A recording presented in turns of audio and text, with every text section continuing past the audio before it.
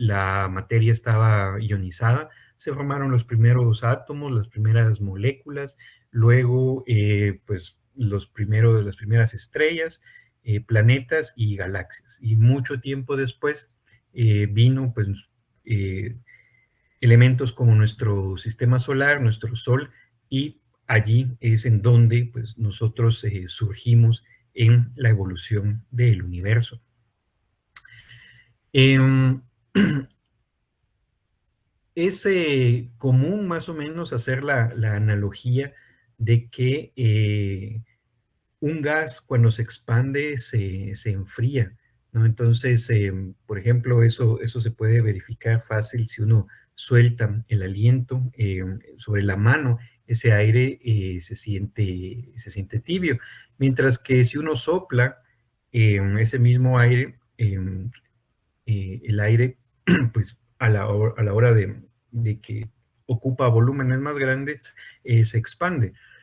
Entonces, pues esa es más o menos la idea con el universo. Entonces, en esta grafiquita, la temperatura era, acá vemos muy alta al inicio, y a medida que el tiempo ha ido transcurriendo, esa temperatura ha ido bajando cada vez más. Al presente, más o menos esa temperatura es alrededor de unos 3 Kelvin, que recuerden ustedes es la escala absoluta de temperatura. Entonces, 0 es lo más frío, y ahora, si bien el universo empezó con una temperatura de millones de Kelvin, ahora su temperatura actual anda por los 3 Kelvin, es decir, se ha enfriado bastante en estos 14.000 millones de años. Eh, lo interesante de lo que vamos a ver el día de hoy es que no hace mucho tiempo atrás, alrededor de un siglo, es que contamos con suficientes observaciones para cuantificar el universo y medir las cosas que observamos en el cielo, ya sea utilizando pues todo tipo de telescopios, satélites, ¿no? Entonces, toda esta información es bastante reciente. Entonces, es bastante novedoso que nosotros podamos formular ideas y teorías acerca del universo con apenas, ¿no?, un siglo de información que tenemos sobre el mismo. Esencialmente, lo que hacemos es aplicar las leyes de la física que se han descubierto y se han estudiado acá en nuestro planeta a los fenómenos que ocurren fuera de nuestro planeta, ya sea en otros sistemas, otras galaxias y todos los lugares en donde podamos inferir y medir alguna cantidad física. Entonces, por mencionar un ejemplo, ¿no? La famosa equivalencia entre materia y energía es algo que está ocurriendo todos los días y a cada momento en el interior de las estrellas. Ese brillo y esa gran cantidad de energía que emana de una estrella proviene porque en su núcleo se transforma materia en energía. Entonces, ese es un ejemplo de cómo las leyes de la física que nosotros estudiamos acá en el planeta se aplican a el universo. Y eso pues es la rama que comúnmente se conoce como astrofísica. Em, cuando hablamos de evolución del universo, esencialmente nos estamos refiriendo a cómo se forma todo lo que vemos en la actualidad. Entonces, la idea es que pues, durante los primeros minutos se formaron los primeros protones, electrones, neutrones, que son las partículas que forman los átomos. Y con estas partículas pues, se formaron los átomos más simples. El más simple, pues, ustedes saben, es el átomo de hidrógeno, y pues le sigue el helio. Sin embargo, estos fueron los primeros elementos químicos que surgieron después de la gran explosión. Todos los elementos químicos más pesados, ¿no?, como plata, uranio, hierro, magnesio, etcétera, son átomos que se formaron mucho tiempo después, cuando la evolución del universo dio paso a las primeras estrellas. Entonces, en el interior de estas estrellas se fueron formando estos elementos. Y los elementos más pesados, estamos hablando de más pesados que el hierro, se formaron en las explosiones de estrellas supernova. Y en estas explosiones es cuando todos estos elementos químicos se expanden y digamos, se emiten como en forma de nubes de materia estelar a, al universo. Entonces, allí es, en ese momento, es cuando pues existen todos estos elementos químicos de la tabla periódica que eventualmente forman parte de sistemas planetarios como el nuestro y que eventualmente albergan vida. Tenemos que tener en cuenta también que la ciencia pues simplifica las cosas, ¿verdad? O sea, todo esto que les estoy contando de manera muy, muy sutil involucra muchísimos detalles que obviamente pues no vamos a profundizar, sino que más bien esta es la idea general de cómo se entiende que el universo pasó pues de la gran explosión a lo que ahora eh, observamos día con día.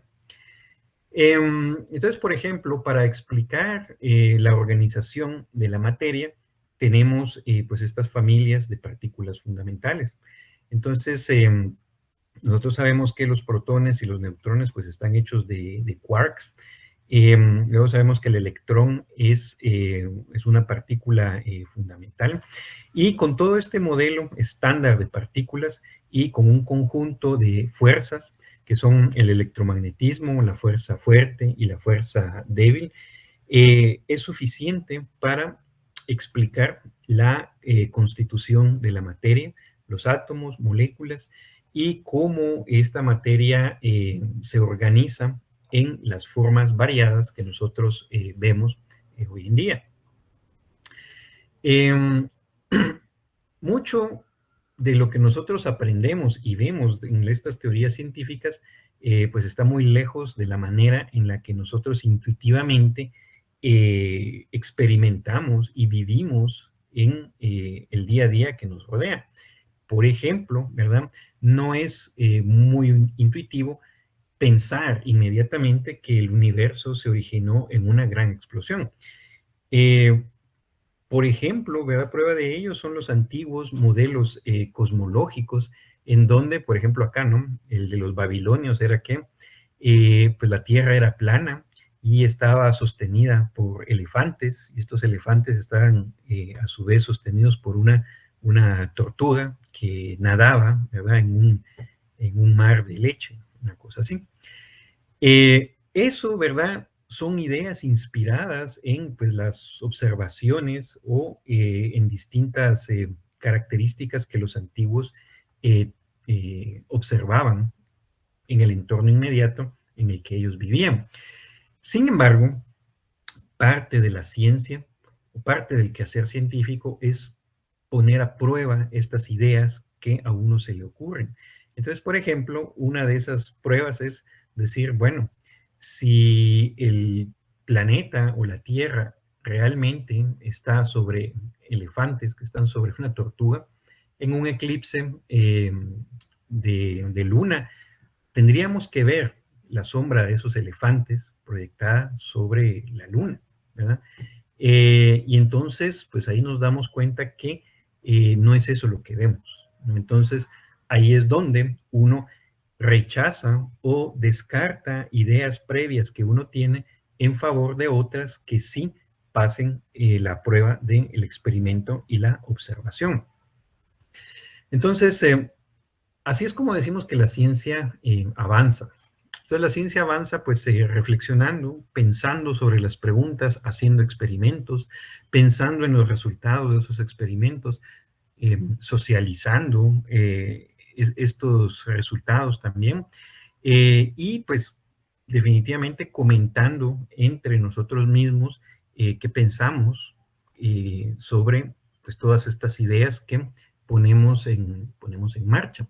Entonces, así es como, por ejemplo, a alguien pues, se le ocurre decir que la Tierra es redonda. Y entonces, si uno dice, bueno, si la Tierra es redonda, uno debería poder ver esa forma redonda proyectada en un eclipse de luna.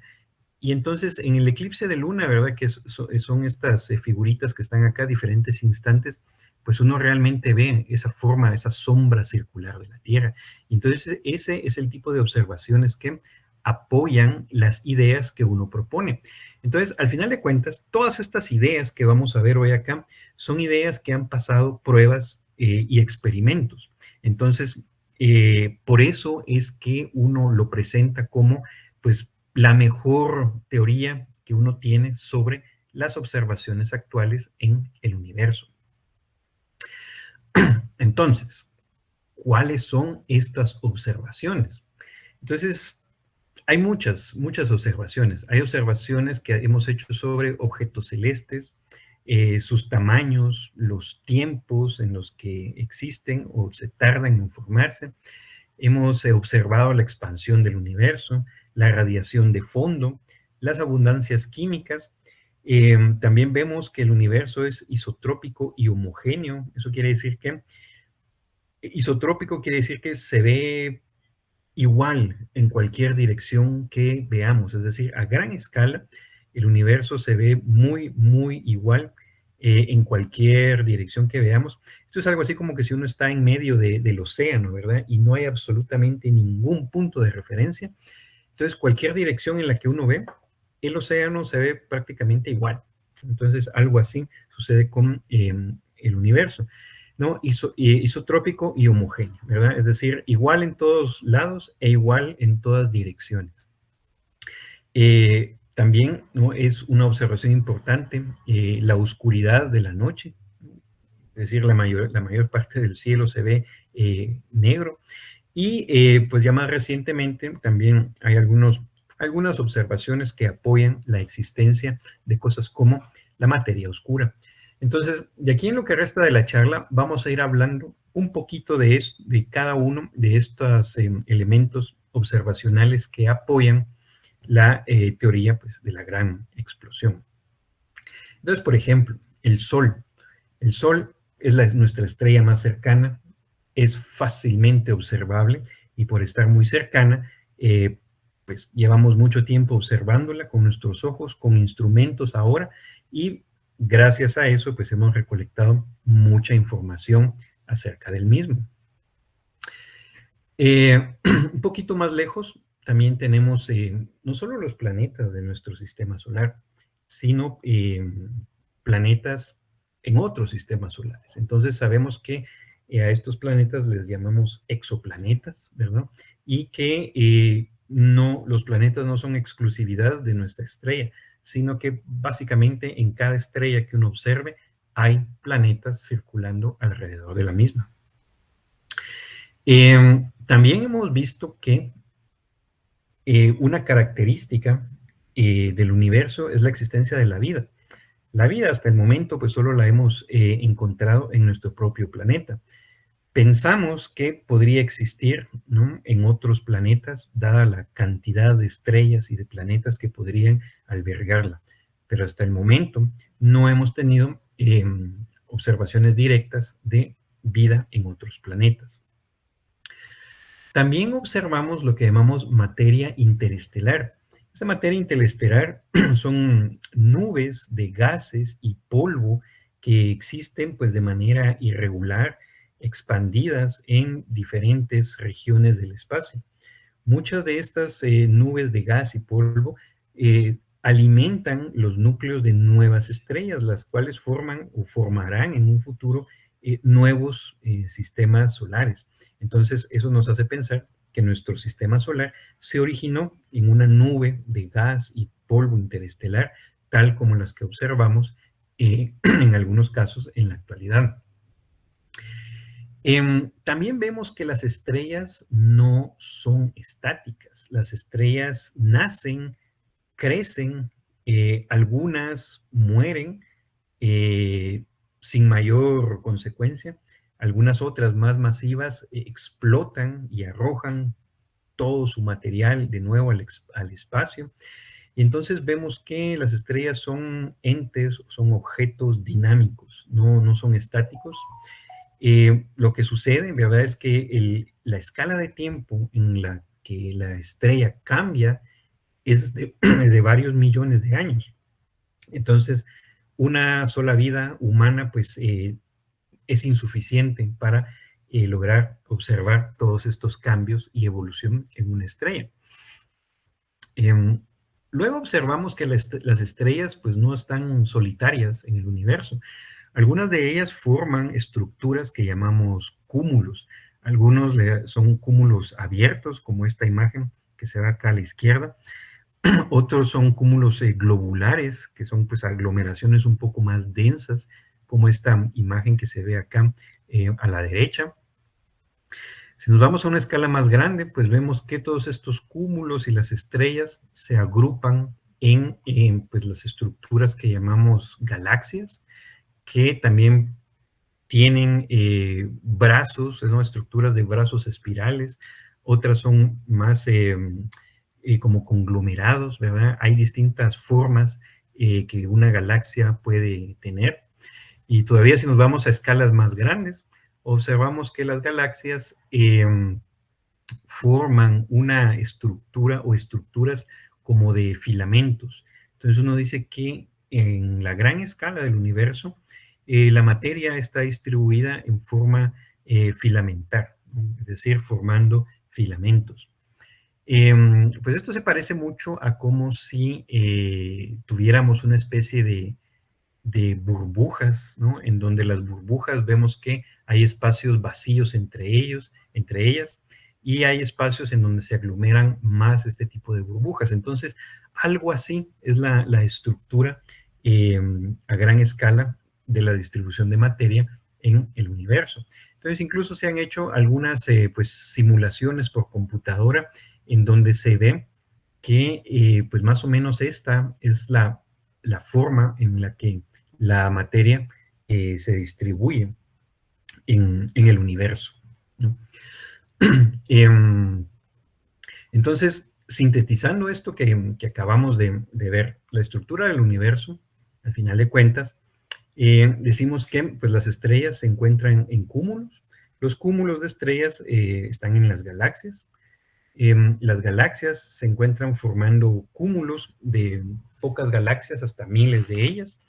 Las más grandes del universo son los filamentos, los cuales pues están compuestos de cúmulos y supercúmulos de galaxias. Entonces, esto es lo que observamos de la estructura a gran escala del universo. Los tamaños en el cosmos. También es importante observar que hay diferentes escalas.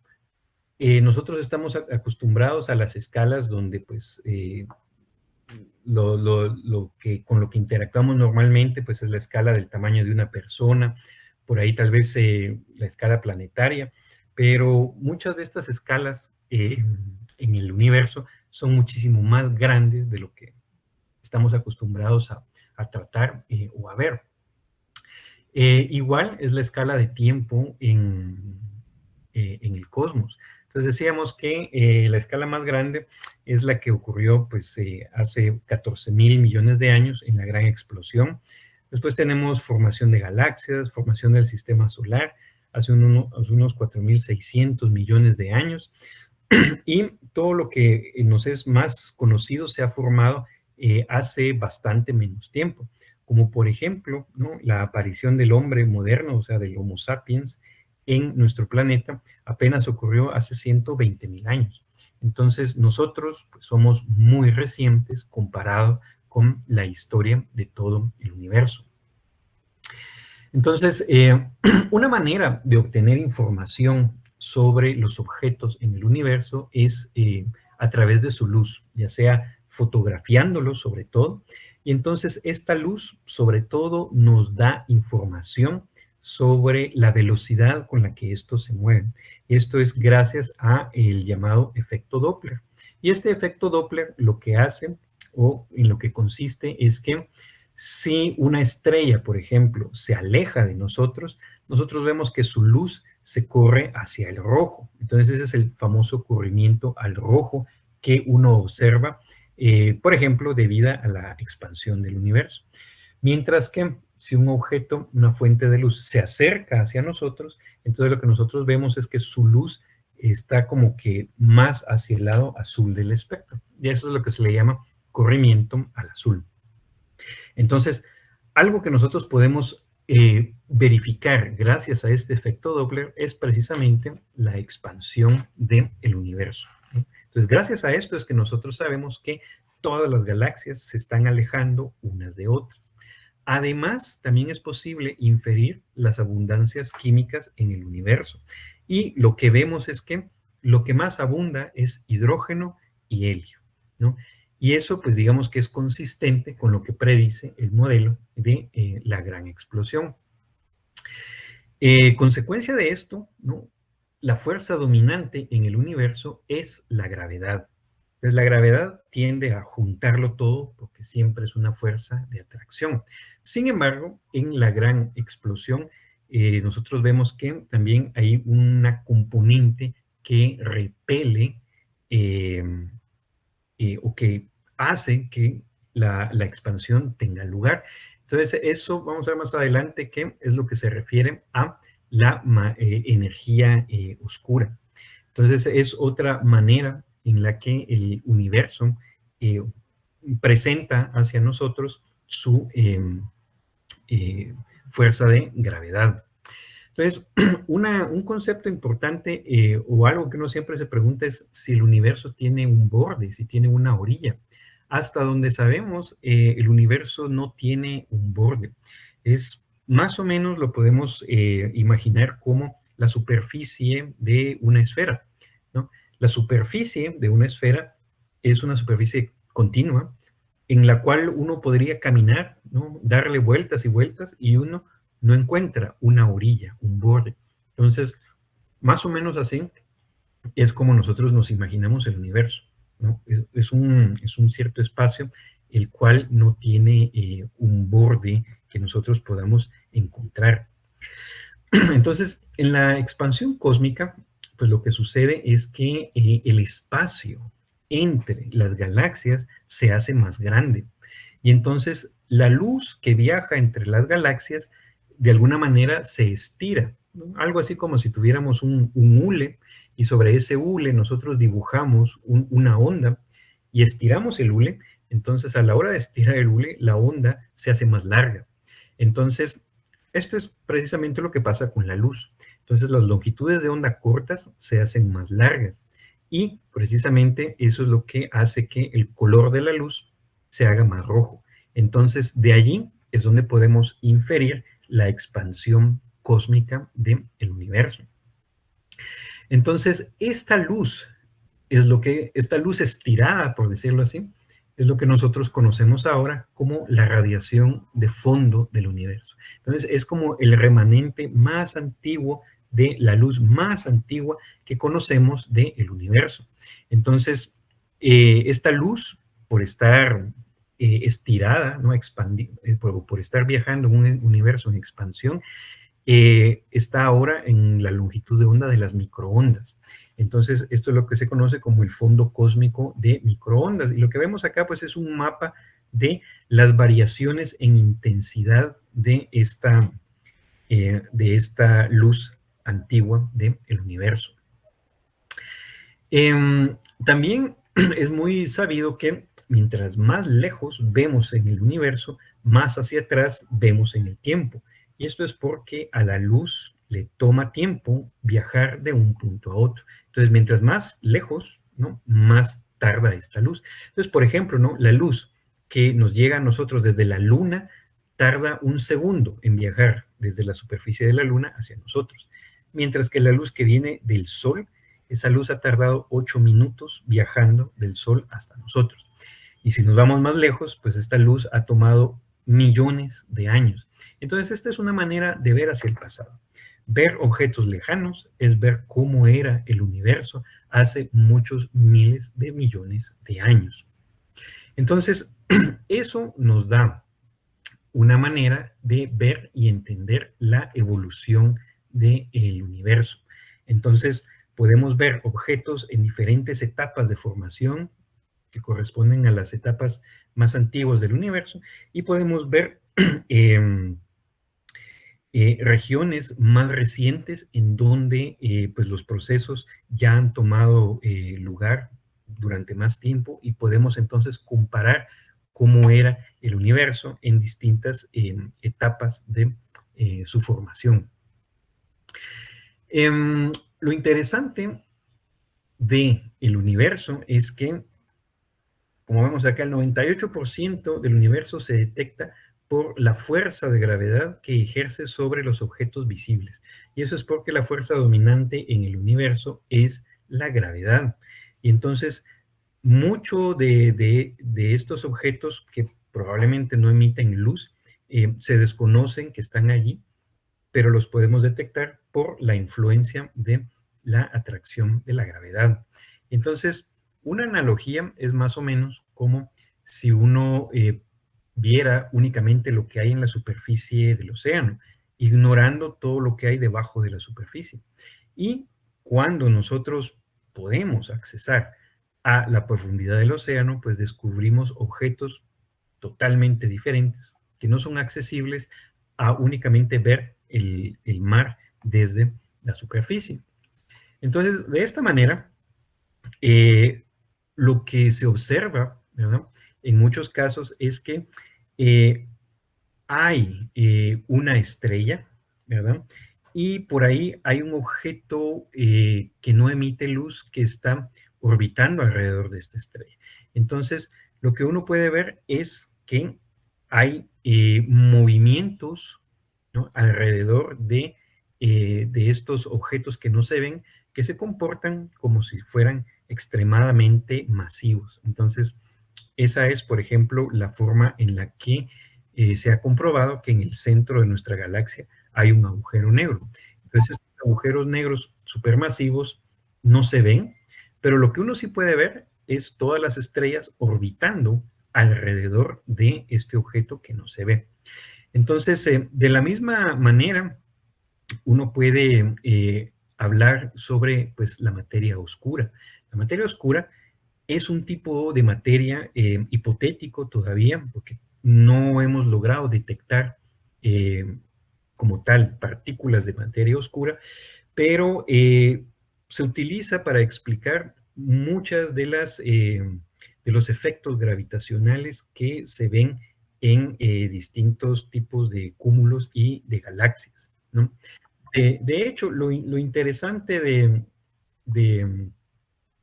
de todo esto es que la materia oscura, ¿verdad? Es uno de esos temas que todavía no está totalmente entendido. Entonces, puede que en unos años uno diga, no, la materia oscura fue una idea, pero ya no, ya comprobamos que no existe materia oscura.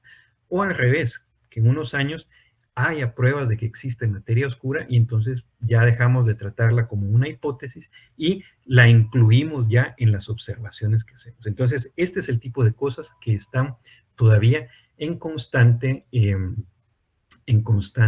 investigación. Entonces, pues hablamos de una distribución de materia oscura que no conocemos, ¿verdad? Y como les digo, ¿verdad? Hay observaciones que apoyan su existencia, hay otras que la niegan. Entonces, este es el debate que actualmente se tiene en la ciencia sobre la existencia de la materia oscura. Entonces, puede uno también preguntarse por qué el universo es como es, por qué es así y no de otra manera. Y bueno, no hay una respuesta satisfactoria, ¿no? Lo más que uno puede decir es que pues, es así de casualidad, o también hay quienes dicen, es así porque si fuera de otra manera, no estaríamos acá para observarlo y hacernos esta pregunta. Entonces puede que existan otros universos con otras propiedades, ¿verdad? Hasta el momento no podemos ni verificar su existencia ni refutarla. Entonces también esta es otra de esas ideas que la ciencia pues todavía se debate. Entonces, surge la pregunta, ¿no? Si existe, perdón, si existe otros universos. Y pues la verdad es que las ideas es que sí, pueden existir otros universos. Y el conjunto de estos otros universos es lo que se le llama el multiverso. Estos universos no tienen que ser iguales al nuestro, pueden tener otras leyes de la física, otra ley de gravitación, distintos tipos de masa, ¿verdad? Y pues los consideramos, ¿no?, como posibilidades que pueden existir. Sin embargo, tampoco tenemos ninguna evidencia de que estos universos existan. Pero la idea es, así como nuestro universo nació de una explosión, ¿por qué estas explosiones no podrían seguir ocurriendo y dando origen a más universos, ¿verdad? Esa es la idea detrás de estas, eh, de estas ideas. Bueno, entonces, bueno, como decíamos, ¿verdad? Entonces, algunos especulan que hay conexión entre estos universos, tal vez mediante los famosos agujeros de gusano. Pero cosas como los agujeros de gusano, tampoco tenemos evidencia experimental de que existan. Entonces, siguen siendo por el momento objetos que se ven más en películas de ciencia ficción que en observaciones científicas, ¿no? Puede ser que en el futuro observemos uno, puede que no, ¿no? Actualmente, pues no tenemos cómo verificar su existencia. Entonces, cuando hablamos de evolución del universo, en el largo plazo, esencialmente la idea que mantenemos es esta que está acá, ¿no? De que la velocidad de expansión aumenta con el tiempo y se acelera, y no se sabe qué energía la produce, es lo que llamamos normalmente la energía oscura, que es diferente de la materia oscura. La energía oscura es, en pocas palabras, lo que impulsa la expansión del universo. Entonces, conforme pasa el tiempo, lo que vamos a observar es que las estrellas van a consumir todo su combustible, eventualmente se van a apagar, los protones se desintegrarán, los agujeros negros se evaporarán y el universo será muy grande, poblado con materia exótica y ondas de radio de poca energía. Entonces, basados en las observaciones y las teorías actuales que tiene, esta es la imagen que tenemos de nuestro universo de acá a mucho, mucho tiempo. Entonces, otra de las preguntas que surgen es ¿qué forma tiene nuestro universo? Digamos que las tres opciones es que el universo sea cerrado, como si fuera una especie de esfera, que sea abierto, como si fuera una especie de silla de montar, o que sea plano. Entonces, todas nuestras observaciones nos indican que el universo es plano y es consistente con todas las observaciones de la expansión y del fondo cósmico de microondas. Sin embargo, y por eso es importante tratar de tener mediciones precisas de cuánta materia, cuánta energía, cuánta materia oscura hay en el universo, porque de eso depende cómo evoluciona nuestro universo en un futuro. Entonces, resumiendo un poco los éxitos de este modelo de la gran explosión, es que las cosas que puede explicar son la expansión del universo, ¿no?, que es algo totalmente verificado, ¿no? No hay ninguna duda de que suceda. La radiación del fondo cósmico, ¿no? Entonces, esta luz antigua del universo se ha detectado, ¿no?, y también la explica este modelo. La abundancia de elementos ligeros, es decir, que la mayor cantidad de materia sea hidrógeno en el universo, es también parte de la explicación, o la explicación no la da este modelo. Y la estructura a gran escala, o sea, todo esto de los filamentos que vemos a gran escala, también se logra explicar por medio de la teoría del Big Bang o de la gran explosión. Y entonces, ¿cuáles son los escenarios posibles para nuestro universo según lo que observamos? Pues son estos que están acá, ¿no? El que se llama el Big Crunch, es decir, que el universo, después de expandirse, regrese a contraerse de nuevo. El que llamamos el de la muerte térmica, que es el de una expansión que se detiene, el de la expansión permanente, y este que se llama Big Rip, que en realidad no es otra cosa que una expansión increíblemente acelerada. Entonces, ¿cuál de estas es la que nosotros podríamos esperar? Bueno, como decíamos, ¿no? Dependiendo de la cantidad de materia y energía que hay en el universo, digamos que podemos descartar aquella en donde el universo se vuelve a contraer, ¿verdad? Entonces, esta línea verde, ¿verdad? Si este es el tamaño del universo y el eje horizontal es el tiempo, esta línea quiere decir que alcanza una expansión máxima y luego se contrae. Y entonces la más probable es esta, ¿no? En donde el universo o sea, es plano, es infinito y su expansión nunca se detiene, ¿no? Es la línea roja que vemos acá, ¿verdad? Pero de nuevo, todo esto depende mucho de la precisión con la que nosotros podamos medir la cantidad de materia y energía en el mismo. Por lo pronto, sabemos que estamos en esta ruta, ¿no? Que el universo es plano, que se expande y esa expansión nunca se va a detener. Entonces, podemos representar la historia de nuestro universo de una manera pues esquemática, algo como lo que está acá, en donde en el lado izquierdo pues tenemos acá esta luz primigenia, que es pues la expansión del universo. Luego pues tenemos la formación de los primeros átomos, bueno, las primeras partículas elementales. Luego, a medida que se va enfriando, esto se condensa y se forman los primeros átomos de hidrógeno.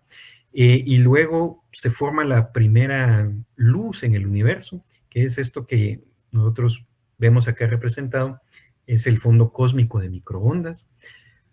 Mucho más tarde, la materia se sigue enfriando y ya se aglomera por medio de la fuerza de atracción de la gravedad en estrellas, las estrellas en cúmulos, luego los cúmulos en galaxias, y poco a poco, a través de todos estos casi 14.000 millones de años, se han formado pues todas las estrellas, galaxias que vemos, y el universo pues se ha seguido expandiendo y se ha seguido enfriando hasta lo que viene siendo lo que vemos actualmente. Entonces acá vemos el WMAP, que fue uno de los satélites que ayudó a medir la radiación del fondo cósmico de microondas, y gracias al mismo pues esa medición es muy precisa. Y ya para terminar, un epílogo, ¿no? Hacemos la reflexión de que vivimos en una época extraordinaria, realmente en la cual podemos pensar en el universo con fundamentos físicos. Probablemente estas ideas cambien en un futuro, pero ese es el camino de la ciencia, ¿no? Entonces, así como hace 100 años, ¿verdad? Entonces, imagínense, allá por 1920, ¿no? En aquel tiempo se discutía la existencia de átomos. Bueno, los átomos ya estaban verificados, pero se discutía cuál era la teoría fundamental de la materia. Se armaba todas estas ideas sobre la mecánica cuántica, se estaban armando también todas estas ideas sobre la relatividad general, y esa era la ciencia de aquel entonces. Se discutía si el universo estaba en expansión o no. 100 años después, muchas de estas ideas ya son observaciones sólidas, ¿no? Por ejemplo, la expansión del universo, el fondo cósmico de microondas, son observaciones que nadie pone en tela de duda. Lo que ahora todavía está en tela de duda son cosas como la materia oscura, si realmente existe o si es algo más lo que vemos causando gravedad en regiones donde no se observa materia. Y eso es lo emocionante, ¿no? Al final de cuentas, ¿no? Porque no sabemos para dónde las observaciones y nuestras ideas nos van a conducir. Lo que sabemos es que nos van a conducir a un mejor entendimiento del universo en el que vivimos, y con suerte también pues nos conduce a un mejor entendimiento de nuestro propio vecindario y del el lugar que nosotros ocupamos en todo este universo, ¿no? Y con esto, pues, terminamos esta charla sobre cosmología. Entonces, como la siguiente actividad empieza a las 2 de la tarde, tenemos por ahí todavía algunos minutos. Si alguien tuviera alguna pregunta, puede hacerla ya sea por el chat o si quiere levantar la mano también. Como les digo, muchas de estas cosas las van a ver ustedes en los talleres que pues siguen a continuación, los de hoy y los de los días siguientes. Entonces van a tener oportunidad de ver en más detalle muchas de estas ideas que hemos estado platicando acá. Entonces no sé si alguien tiene alguna duda, alguna pregunta.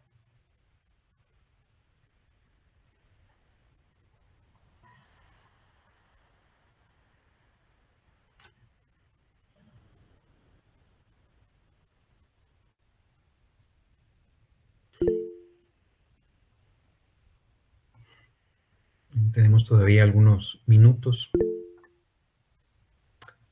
A ver, Bianceni, sí, adelante, por favor. Buenas tardes, doctor. Yo tengo una pregunta Ujú. que, bueno, que es parte del fondo cósmico de microondas. Tengo una duda acerca sobre las anisotropías que aparecen en el fondo cósmico, esas Ajá, manchitas. ¿Por qué ajá. aparecen esas manchitas en el fondo cósmico? Ok. Sí, esa es una muy buena pregunta. Acá.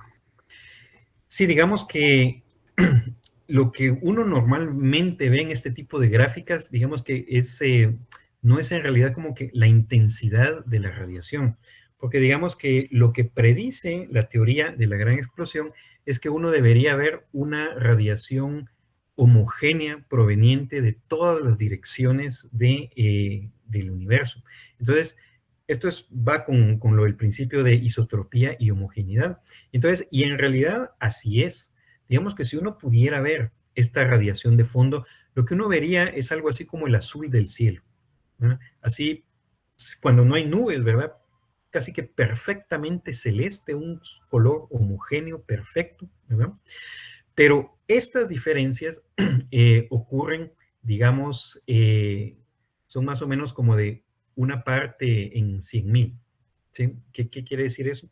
Por ejemplo, quiere decir que si nosotros vemos en una región, tal vez vemos digamos, una potencia, por decirlo así, de, qué sé yo, 100 unidades, solo por mencionar algo. Pero si nosotros vemos en otra región, tal vez vemos una potencia que es 100.00002, ¿verdad? Y en otro lugar vamos a ver una potencia que es 100.00004, ¿no? Entonces, digamos que esta radiación es perfectamente homogénea y los cambios que tienen es algo así como que en la quinta cifra decimal. Entonces, lo que uno ve acá son esos cambios como que en la cuarta o la quinta cifra decimal. Entonces, las regiones que están así como que más oscuritas es donde esa intensidad disminuye un poquito. Y donde están más rojitas es donde esa intensidad aumenta un poquito. Y entonces la variación, ¿no? de estas intensidades, digamos que da un indicio de cuál era la estructura del universo en el momento en el que esta luz fue emitida. Entonces, por eso es que hay mucha gente que se dedica a estudiar estos patrones que parecen así como aleatorios, ¿verdad? Pero en realidad, digamos que hay estructura detrás de eso. Y la estructura detrás de eso es la distribución de materia que había cuando esta luz fue emitida hace varios cientos de miles de años. Entonces, esa es la idea detrás de la variación acá en el mapa de radiación de microondas. Muchas gracias. ¿Alguna otra pregunta? Ciencia Edu, sí, adelante.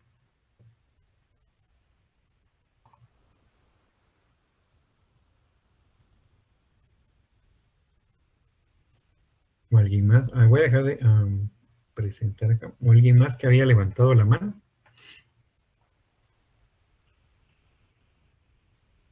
Todavía tenemos unos minutitos más.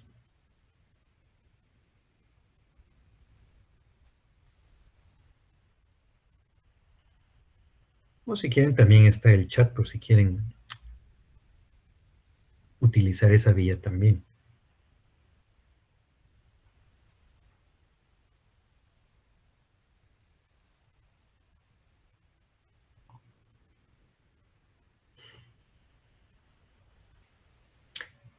Ok, nadie más había levantado la mano.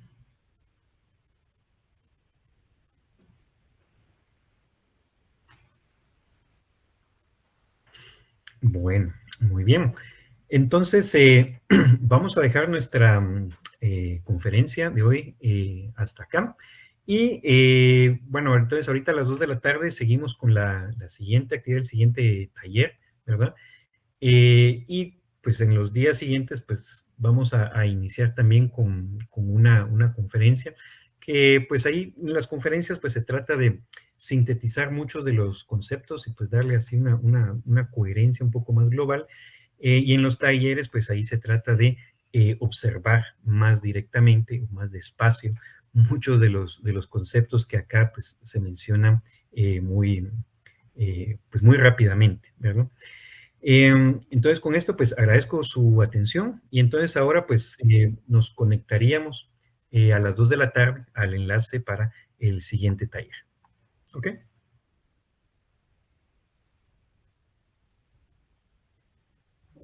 Muchas gracias.